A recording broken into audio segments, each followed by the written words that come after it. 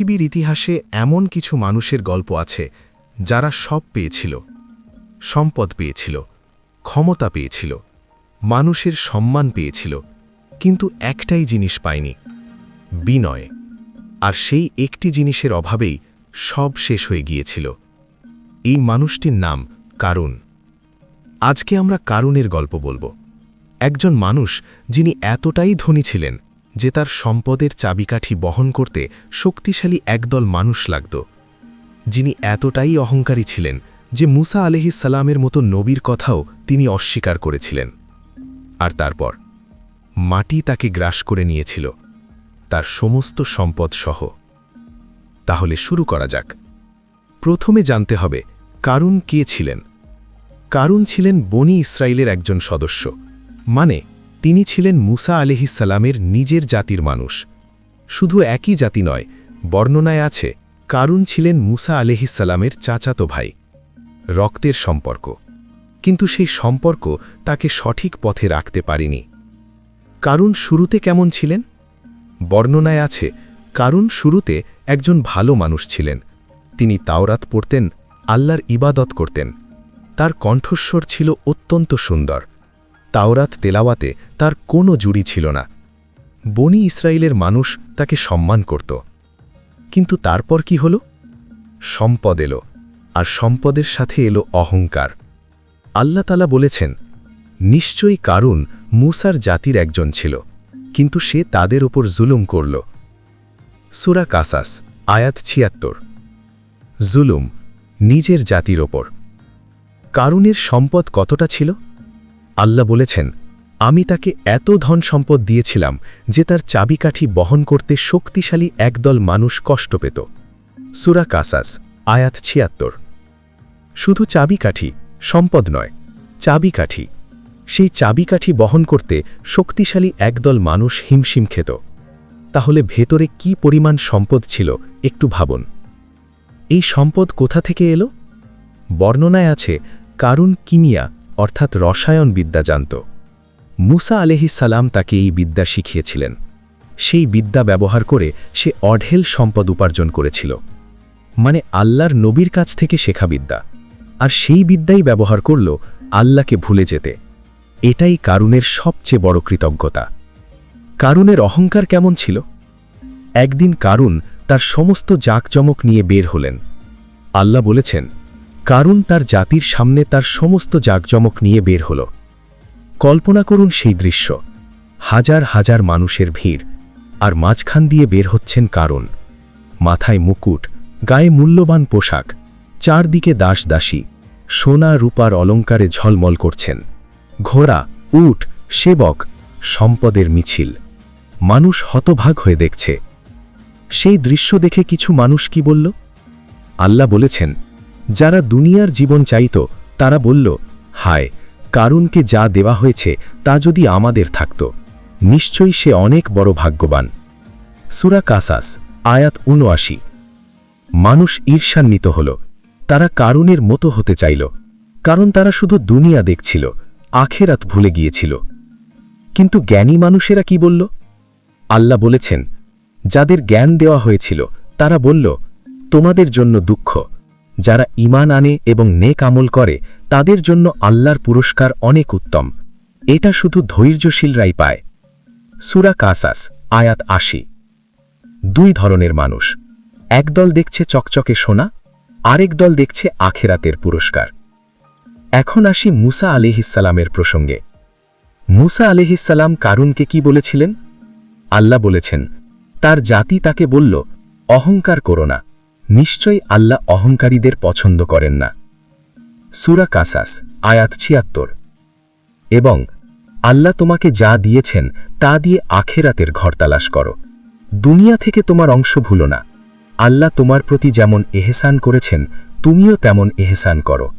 পৃথিবীতে ফাসাদ করো না, নিশ্চয়ই আল্লাহ ফাসাদকারীদের পছন্দ করেন না। সূরা কাসাস আয়াত ৭৭। এই আয়াতগুলো পড়ুন, কি সুন্দর উপদেশ। আল্লাহ তোমাকে যা দিয়েছেন তা দিয়ে আখেরাত করো, দুনিয়াও নাও, কিন্তু অহংকার করো না, মানুষের সাথে ভালো ব্যবহার করো। কারুন কি জবাব দিল? সে বলল, এই সম্পদ আমি নিজের জ্ঞানের কারণে পেয়েছি। সূরা কাসাস আয়াত ৭৮। এটাই কারুনের সবচেয়ে বড় ভুল। সে বলছে এটা আমার যোগ্যতায় পেয়েছি, আল্লাহর দান নয়, আমার মেধা, আমার পরিশ্রম, আমার বুদ্ধি। এই চিন্তাই আজকেও অনেক মানুষ বলে, আমি নিজে উপার্জন করেছি, আমার যোগ্যতায় পেয়েছি, আল্লাহর কি অবদান। এই চিন্তাই কারুনের মতো ধ্বংসের পথ। এখন আসি সেই মহা ঘটনায়। কারুন কি শুধু অহংকারী ছিল? না, সে আরও একটি কাজ করেছিল, একটি জঘন্য কাজ। বর্ণনায় আছে, মুসা আলাইহিস সালাম একদিন মানুষদের সামনে ওয়াজ করছিলেন, জিনার শাস্তির কথা বলছিলেন। কারুন সেই সুযোগ নিল। সে একজন মহিলাকে অর্থের বিনিময়ে রাজি করালো। সেই মহিলা মুসা আলাইহিস সালামের বিরুদ্ধে মিথ্যে অভিযোগ তুলবে, সবার সামনে বলবে মুসা তার সাথে পাপ কাজ করেছে। মুসা আলাইহিস সালামকে অপমান করার পরিকল্পনা, একজন নবীর বিরুদ্ধে মিথ্যা অপবাদ। কারুন এই পথ বেছে নিল। সেই মহিলাকে কারুন নিয়ে এলো মানুষের সামনে। সে মিথ্যা বলতে উদ্যত, কিন্তু তখন কি হলো?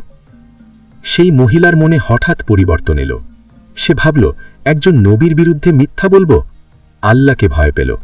সে সত্য বলল, কারুন আমাকে অর্থ দিয়ে মিথ্যা বলতে বলেছিল। মুসা আলাইহিস সালাম সত্য জানলেন। তিনি কাঁদলেন, তারপর আল্লাহর কাছে ফরিয়াদ করলেন। আল্লাহ মুসা আলাইহিস সালামকে বললেন, তোমার কাছে জমিনকে সোপর্দ করা হয়েছে, যা ইচ্ছা করো। মুসা আলাইহিস সালাম জমিনকে আদেশ করলেন। আল্লাহ বলেছেন, তারপর আমি তাকে এবং তার বাড়িকে জমিনে ধসিয়ে দিলাম। সূরা কাসাস আয়াত ৮১। একটি মুহূর্ত, মাটি কাঁপল, আর কারুন, তার সমস্ত সম্পদ, তার সমস্ত জাকজগক মাটির নিচে তলিয়ে গেল। কারুন যখন তলিয়ে যাচ্ছিল তখন কি করছিল? বর্ণনায় আছে, কারুন মুসা আলাইহিস সালামের কাছে কান্নাকাটি করছিল, বলছিল, মুসা ভাই, আমাকে বাঁচাও, মুসা ভাই। মুসা আলাইহিস সালাম প্রথমবার রহম করলেন, থামলেন, কিন্তু কারুন আবারও বলল, মুসা ভাই, মুসা ভাই। দ্বিতীয়বার মুসা আলাইহিস সালাম থামলেন, কিন্তু আল্লাহ তখন মুসা আলাইহিস সালামকে বললেন, হে মুসা, কারুন তোমাকে ডাকছে, কিন্তু যখন সে আমার কাছে সাহায্য চাইত তখন সে আমাকে ডাকেনি। মুসা আলাইহিস সালাম বুঝলেন, তিনি আর থামলেন না। আর কারুন, তার সম্পদ, তার প্রাসাদ, তার চাবিকাঠি, তার অহংকার, সব মাটির নিচে, চিরতরে। আল্লাহ বলেছেন, তার কোনো দল ছিল না যে আল্লাহর মোকাবিলায় তাকে সাহায্য করত। সে নিজেও নিজেকে বাঁচাতে পারল না। সূরা কাসাস আয়াত ৮১। সমস্ত সম্পদ, সমস্ত সেবক, সমস্ত ক্ষমতা কোনো কাজে আসল না।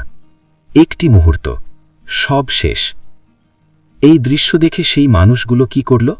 যারা একটু আগে বলছিল, হায়, কারুনের মতো যদি আমাদের সম্পদ থাকত। আল্লাহ বলেছেন, যারা গতকাল তার মতো হতে চেয়েছিল তারা বলল, আফসোস, আল্লাহ তার বান্দাদের মধ্যে যাকে চান রিজিক বাড়িয়ে দেন এবং যাকে চান কমিয়ে দেন। আল্লাহ আমাদের উপর অনুগ্রহ না করলে তিনিও আমাদের ধসিয়ে দিতেন। হায়, কাফিররা কখনো সফল হয় না। সূরা কাসাস আয়াত ৮২। একটু আগেও যারা ঈর্ষান্বিত ছিল, কারুনের মতো হতে চেয়েছিল, তারাই এখন বলছে, আল্লাহর শুকরিয়া, আমরা কারুনের মতো ছিলাম না। এই গল্পের কয়েকটি বিশেষ দিক নিয়ে একটু গভীরে যাই। প্রথম বিষয়, কারুন কোথায় ভুল করেছিল? তার ভুল ছিল একটি কথায়, এই সম্পদ আমি নিজের জ্ঞানের কারণে পেয়েছি। এই একটি কথায় সে তিনটি ভুল করেছিল। প্রথমত, সে আল্লাহর শুকরিয়া করেনি। দ্বিতীয়ত, সে মনে করেছিল সে নিজেই সব পারে। তৃতীয়ত, সে ভুলে গিয়েছিল যে জ্ঞান দিয়ে সে সম্পদ উপার্জন করেছে সেই জ্ঞানও আল্লাহর দান। এই ভুল আজকেও মানুষ করে। ডাক্তার বলে, আমার মেধায় পরীক্ষায় পাশ করেছি। ব্যবসায়ী বলে, আমার বুদ্ধিতে ব্যবসায় সফল হয়েছি। ছাত্র বলে, আমার পরিশ্রমে প্রথম হয়েছি। কিন্তু কেউ ভাবে না, সেই মেধা কে দিয়েছে, সেই স্বাস্থ্য কে দিয়েছে, সেই সুযোগ কে দিয়েছে। দ্বিতীয় বিষয়, কারুনের সম্পদ কি তার ক্ষতি করেছিল? না, সম্পদ খারাপ নয়। কারুনের সমস্যা সম্পদে ছিল না, সমস্যা ছিল তার মনে। আল্লাহ তাকে বলেছিলেন, দুনিয়া থেকে তোমার অংশ নাও, মানে দুনিয়ার সম্পদ উপভোগ করো, কিন্তু আখিরাত ভুলো না, মানুষের সাথে ভালো থাকো, অহংকার করো না। কারুন এই কথা মানেনি। তৃতীয় বিষয়, জমিন কি আজও তাকে গ্রাস করে চলেছে?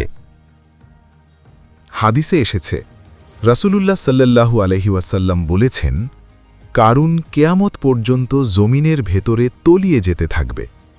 প্রতিদিন, প্রতিটি মুহূর্ত সে আরও গভীরে যাচ্ছে। এই তথ্যটা একটু ভাবুন। হাজার হাজার বছর ধরে সে তলিয়ে যাচ্ছে, আর কেয়ামত পর্যন্ত তলিয়ে যাবে। তারপর জাহান্নাম। এটাই অহংকারের পরিণতি। চতুর্থ বিষয়, মুসা আলাইহিসসালামের সাথে কারুনের সম্পর্ক। এই গল্পে একটি অত্যন্ত মর্মস্পর্শী দিক আছে। কারুন ছিলেন মুসা আলাইহিসসালামের নিজের মানুষ, রক্তের সম্পর্ক। মুসা আলাইহিসসালাম তাকে জ্ঞান দিয়েছিলেন, তাকে ভালোবাসতেন, তার মঙ্গল চাইতেন। কিন্তু কারুন সেই ভালোবাসার মূল্য দেয়নি, বরং মুসা আলাইহিসসালামের বিরুদ্ধে ষড়যন্ত্র করেছিল। এটাই কৃতজ্ঞতা, যে মানুষ তোমার ভালো করেছে তার বিরুদ্ধে যাওয়া।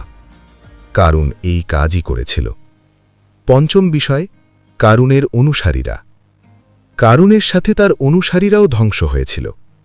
যারা তাকে সঠিক বলেছিল, যারা তার হ্যাঁতে হ্যাঁ মিলিয়েছিল, যারা তার অহংকারকে সমর্থন করেছিল, তারাও একই পরিণতিতে পড়েছিল। এই শিক্ষাটা আজকের জন্য অত্যন্ত গুরুত্বপূর্ণ। যারা অহংকারী মানুষের পাশে থেকে তাদের অহংকারকে সমর্থন করে, তারাও একই পরিণতির ঝুঁকিতে থাকে।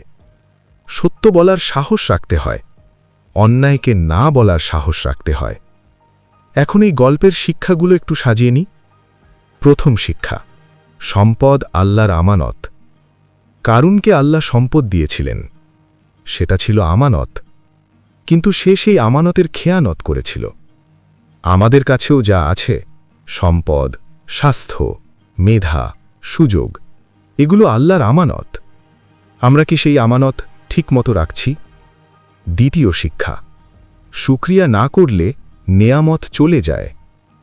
আল্লাহ বলেছেন, যদি শুকরিয়া আদায় করো তাহলে আমি আরও বাড়িয়ে দেব, আর যদি অকৃতজ্ঞ হও তাহলে আমার আযাব অত্যন্ত কঠিন। সূরা ইব্রাহিম আয়াত ৭। কারুন শুকরিয়া করেনি, নেয়ামত শুধু চলে যায়নি, তার সাথে সে নিজেও ধ্বংস হয়েছে। তৃতীয় শিক্ষা, অহংকার ধ্বংসের মূল। রাসূলুল্লাহ সাল্লাল্লাহু আলাইহি ওয়াসাল্লাম বলেছেন, যার অন্তরে সরিষার দানা পরিমাণ অহংকার আছে, সে জান্নাতে প্রবেশ করবে না। সহিহ মুসলিম। কারুনের অহংকার সরিষার দানা পরিমাণ ছিল না, তার পুরো অস্তিত্ব জুড়েই অহংকার ছিল। চতুর্থ শিক্ষা, নবীর উপদেশ অমান্য করা বিপজ্জনক। মুসা আলাইহিসসালাম কারুনকে সুন্দরভাবে বুঝিয়েছিলেন, অহংকার করো না, আখিরাতের কথা ভাবো, মানুষের সাথে ভালো থাকো। কারুন মানেনি। আজকেও আমাদের কাছে নবীজির সাল্লাল্লাহু আলাইহি ওয়াসাল্লামের হাদিস আছে, আমরা কি মানছি?